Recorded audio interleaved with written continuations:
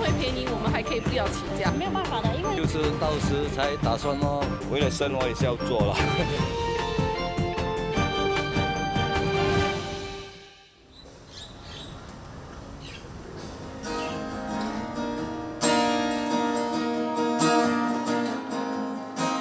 吉他声从丹戎巴葛坊这家音乐学院传出，很难想象这家店铺的前租户曾经因为涉嫌非法卖淫活动遭警方查处。其实有时候我们在这边到加班到晚上11、12点的时候，有看见有一些中年男士会走进来看，靠着镜子这样子在里面看一下。咖啡馆、妇幼护理中心、物理治疗诊所，新商户陆续进驻，商圈也慢慢有了新面貌。我刚刚这里才营业1个月多，它有一个很特别的早上来的时候呢，你就看到很多比较老人家啊，坐在那边喝咖啡啊、下象棋啊、聊天啊，然后到了中午就是12点的时候，忽然间就有一群很多那些上班族，比较年轻的上班族啊，来这里吃饭啊、喝咖啡。现在比较安全，没有这么好像你觉得会怕啦。这边应该照我所看，现在哦。没有不正规的了，都是已经是90%好。Well, I think it's pretty quiet. I mean, not much of. I don't think here much of the vice activities. 前线追踪整理警方数据发现，过去1年，警方在全岛多次展开扫黄行动，从牙龙、牛车水、小印度到丹戎巴葛、玉郎，都有警方取缔。丹戎巴葛坊就是其中一个重点地点。高峰时期，这里约有50家相关店铺，现在减少到约40家。就是有正宗的，有不正宗的，都在一起。有些居民说，可能2公婆这样走过，他们就不招那生意，他单独一个老公走过就招生意。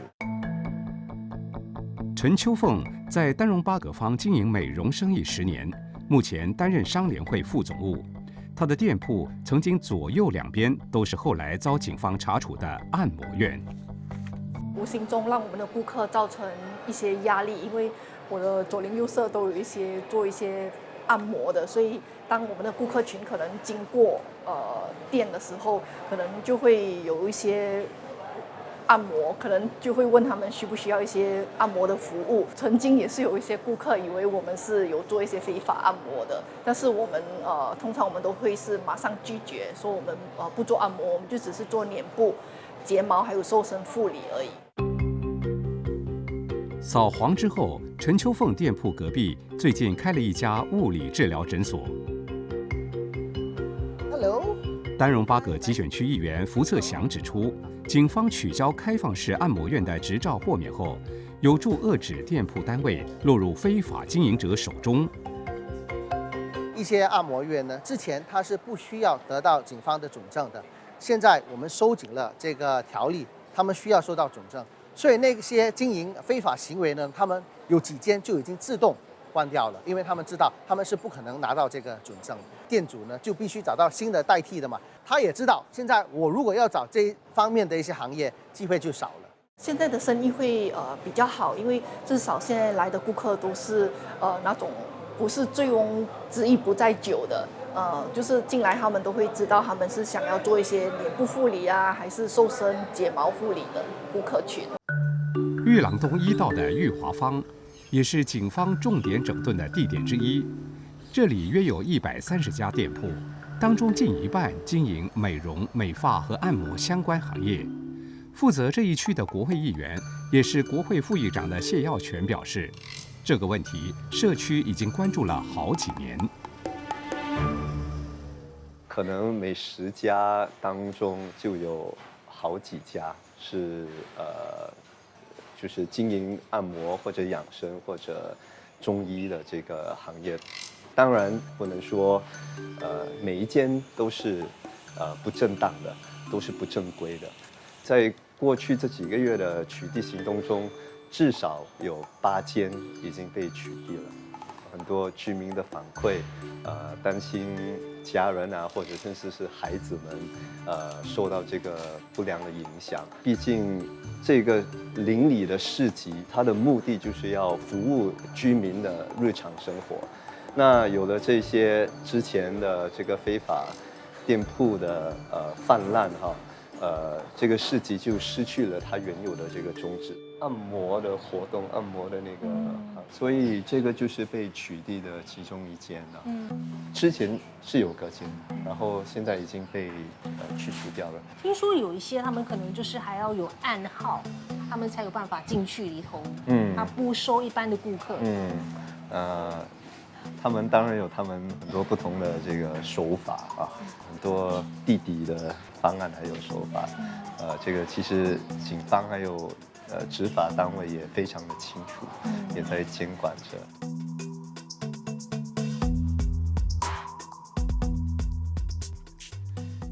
前线追踪走访发现，裕华坊目前至少有5家店铺空置，扫黄之后，业主挑选租户似乎也更谨慎了。根据法律，如果明知租户经营无牌按摩院或利用店铺卖淫，还继续出租，业主也可能面对罚款甚至监禁。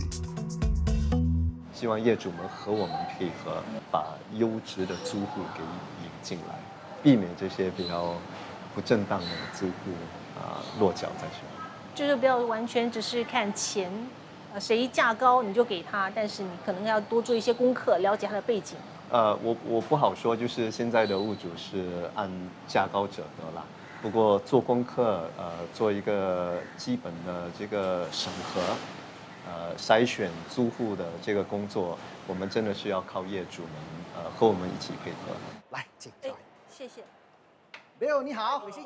扫黄只是第一步，要让社区真正改变，还得吸引更多不同类型的商家进驻。对了，老魏老师很有趣，因为你把一些店铺赶走过后呢，什么样的店铺进来，它也是必须能够有持续性的经营。居民就反馈说，他们希望有一些针对孩子这个辅助的作用的一些中心、一些 cafe 之类的，应该会非常受影响。所以我们也就跟我们的商联会一起合作，让这些不同的行业来进来这边住。我喜欢这边，这边的环境非常有一种很悠闲的感觉。我们的学生从小孩子6岁到乐龄人士70、80岁都有，我觉得已经是完全一个新的开始了。我也有一些做 Pilates 这些比较现代一点的比较新一点的东西。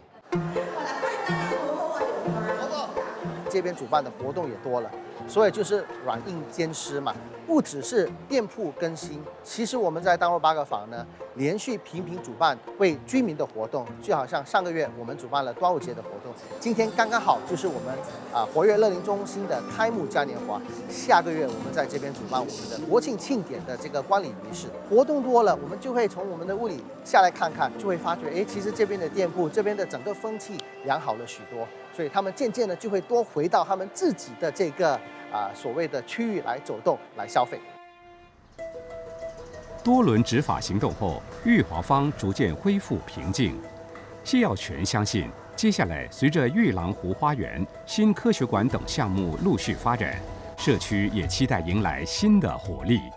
裕华坊它处于的这个地点是相当特殊的，对面就是这个裕廊湖畔花园，新的科学馆完成之后呢，会是一个世界级的地标，所以我们非常的期待，这个科学馆尽快的落成，它一定能够吸引很多人潮过来这里，所以我们希望商家们能够看准这个潜能，在这里落户，来把整个市集带动起来。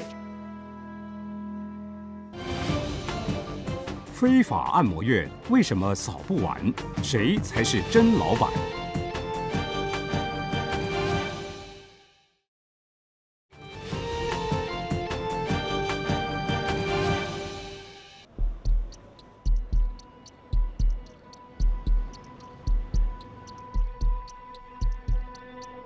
过去提起卖淫活动，不少人都会想到牙龙。但这些年，越来越多非法按摩院却出现在祖屋楼下，甚至居民每天都会经过的地方，不少居民也开始感受到变化。有点担忧咯，会变成一个色情的场所了咯。有的人就是为了做生意嘛，什么手段他们都可以做。担心可能会有一些少年啊、同学啊什么的，他们不懂这个里面是什么，然后进去误入歧途。当然，他要是拉我们也不敢进去。你进去可能你要花很多钱出来，还是出不来的不一定。居民担心的不只是按摩院，而是越来越难分辨哪些是真正提供按摩服务，哪些只是挂着按摩招牌。经营12家按摩院的马润富上前线追踪播客节目时说：“真假难辨，连正规业者也一起背了黑锅。”有顾客进到我们的店，去问说有没有提供这样的一个色情服务了。所以很多我的同事都反馈给我说，一般人不懂怎么分辨说，谁是正规，谁是不正规，所以他们就是统一的看。一听到 SPA 这个称号，人家就觉得很像跟就是比较负面的一个有挂钩。好比说，假设他们穿的是同样的制服，就是黑色的衣服、黑色的裤子 ，right， 有可能长得比较漂亮一点，他们就自然而然会被误解为跟色情运营者是一样的。为什么风险这么高，还是有人不断投入？每天在牙龙咖啡店忙着做面包的王奇俊，对按摩院这一行也有不少了解。他说，答案或许就在利润。杀头生意有人做吧，赔本生意没人做，所以一定是有利益嘛，有钱赚。到底有多赚钱？如果一个顾客我收100块，那一天10个，大概有1000块吧。假设有5个房间的话，就一天就可以收到5000块，再乘以30天，那就大概有15万了。如果一个月可以赚15万的一个生意，而且它的成本是几乎是0啊。I mean 就是租金跟一些人工嘛，那其实这个利润对一个生意人来讲是非常非常好的，因为它的成本很低。正规业者其实要遵守很多规定。首先申请这个执照，我们也要申请那个消协的认证。那我们是申请到最高，为什么？就是要符合他们的要求，因为 Case Trust 它的条件啊，这些东西都很苛刻，所以我们都很配合，很符合。那警察那边按摩执照的那个条件也是很苛刻，举例说要连你的制服，连你的名牌号，连顾客谁进来，你这些小小的东西都要登记，而且你的门是不可以锁的。高利润吸引越来越多人加入，真正赚钱的人真的站在店里面吗？我老板是谁，永远没有人知道的。如果是警方来的话，万一捉到的话，也是捉到一个大伯公啊。那么大伯公是取之不尽、用之不完的。什么是大伯公？就是代罪羔羊啦。就是说这个执照放某某人的名字，其实这个人可能就是一个退休老人，还是干嘛的。那每个月没事，你就1500、2000块，你就拿去用。那么有事情的话啊，你就去坐牢了。你去做，你坐牢的话，我还直接的就编号给你咯。所以他们会付安家费了啊！对，大伯公的幕后那些人是完全找不到的，也没有去找啦，因为不是我们的工作。不过挂名的人只是冰山一角，真正要让整个运作顺利进行，还有另一种角色。门边的话，他们就是做的有里有外了。他外面可以是一家小超市。然后后面或者楼上就搞一些色情的，然后楼下也是有人在那边把关了，我们所谓说看水啊，很多那些大叔他们在咖啡店做的，平时就靠这个赚外快了，介绍人去啊，在咖啡店里看到这老朋友，看到他每次头脑有想歪的东西，就说来要不要？所以在咖啡店拉客啊，其实这个是很普遍的事情啦。有人负责经营，有人负责挂名，这样的分工让真正的幕后老板更难被查到。警方不断执法，政府也宣布，下半年开始，所有按摩院必须申请执照，并张贴警方告示，方便公众举报。不过，要彻底堵住漏洞，单靠执法真的够吗？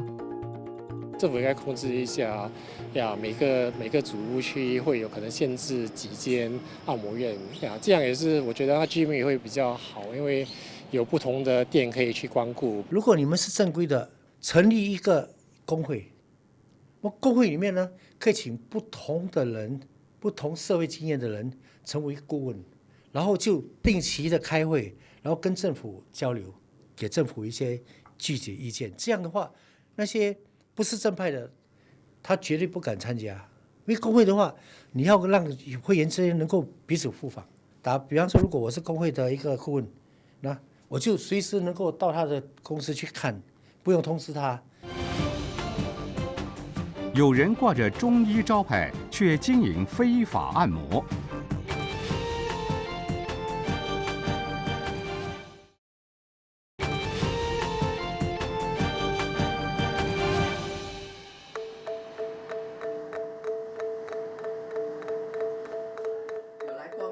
每天都有病人走进中医诊所求诊，对中医师来说，这是再熟悉不过的日常。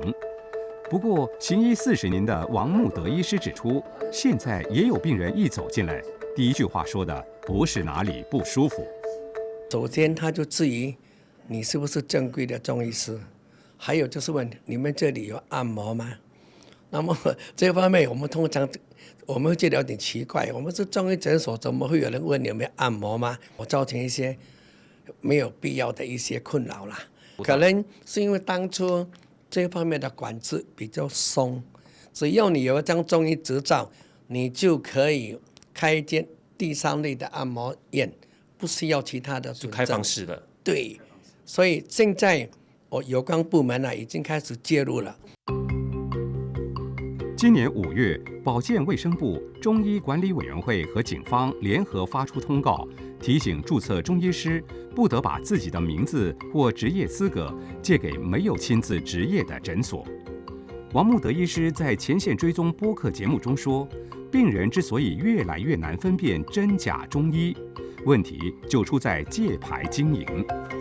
他也是为了生活了，有些被人利用，或者人家有人找他说，你反正年纪大了，你退休了没有收入，你的中医师执业准证借给我开一间诊所。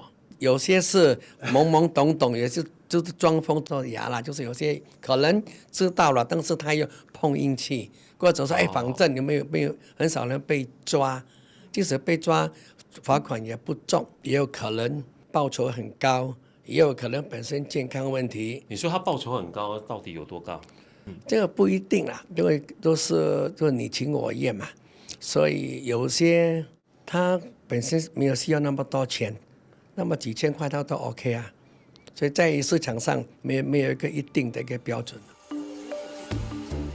对一些人来说，借出一张执业准证，或许只是多一份收入。熟悉按摩院行业运作的王奇俊认为，这对违法业者而言只是开始。非法经营的，他就说你来这地方，我前面这个前面就给你去当中医，免租金啊，就是你开了免租金了，然后我后面就做我的了。这样的话，人家进来的时候，最起码门面是有一个把关嘛，我前面还做一个在把关嘛，如果觉得不对劲的话，只要按一个钮，后面就怎么样就怎么样了哈，你应该去想象。所以是违规业者，他租下那个店面，然后请中医进来。联合通告也规定，按摩如果不是由注册中医师本人提供，就必须申请按摩院执照。王慕德也是新加坡中医中药联合会总务，他表示，正规中医成本高、门槛高，却因为少数违规业者一起背负骂名。过去，中医管理委员会就处分过借牌个案，一名注册中医因为把执业证借给按摩院使用，最终被停牌3年。不过，加强执法会不会影响正规中医？开始有一些安哥就会跑来问你们有没有做什么做什么啊？因为我们的对面主屋区就有一间按摩院啊，很多漂亮的妞在里面的，来自国外的比较多啦。然后每次警察都去那边突击了。然后有一天就有2个跑进来说我们是警察，什么事啊？他就叫我出示我的中医证书给他看，他竟然看我们在做正规的针灸服务嘛什么。这个突击检查其实我认为是一个可以加强这个方面的管制，我认为是好的，因为所谓我们行得正，不用怕。王慕德认为，要减少借牌经营，还得进一步收紧规范。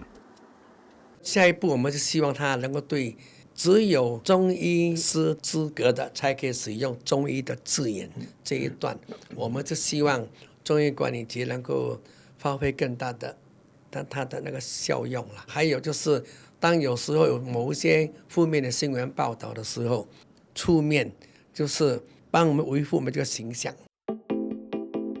联合通告也强调，注册中医师如果借出名字或职业资格，严重可被停牌，甚至取消注册。不过，王慕德也坦言，再严密的制度还是可能出现漏洞。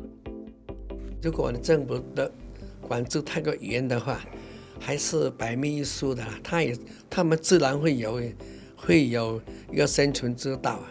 上有政策，下有对策，那是肯定的。特别在这些业子的话，不是10分聪明了，是100分聪明了。前线追踪欢迎您针对任何课题发表意见和看法，以及提供节目素材和线索，让我们为您追踪报道。您也可以到8世界网站重温节目和观看更多视频。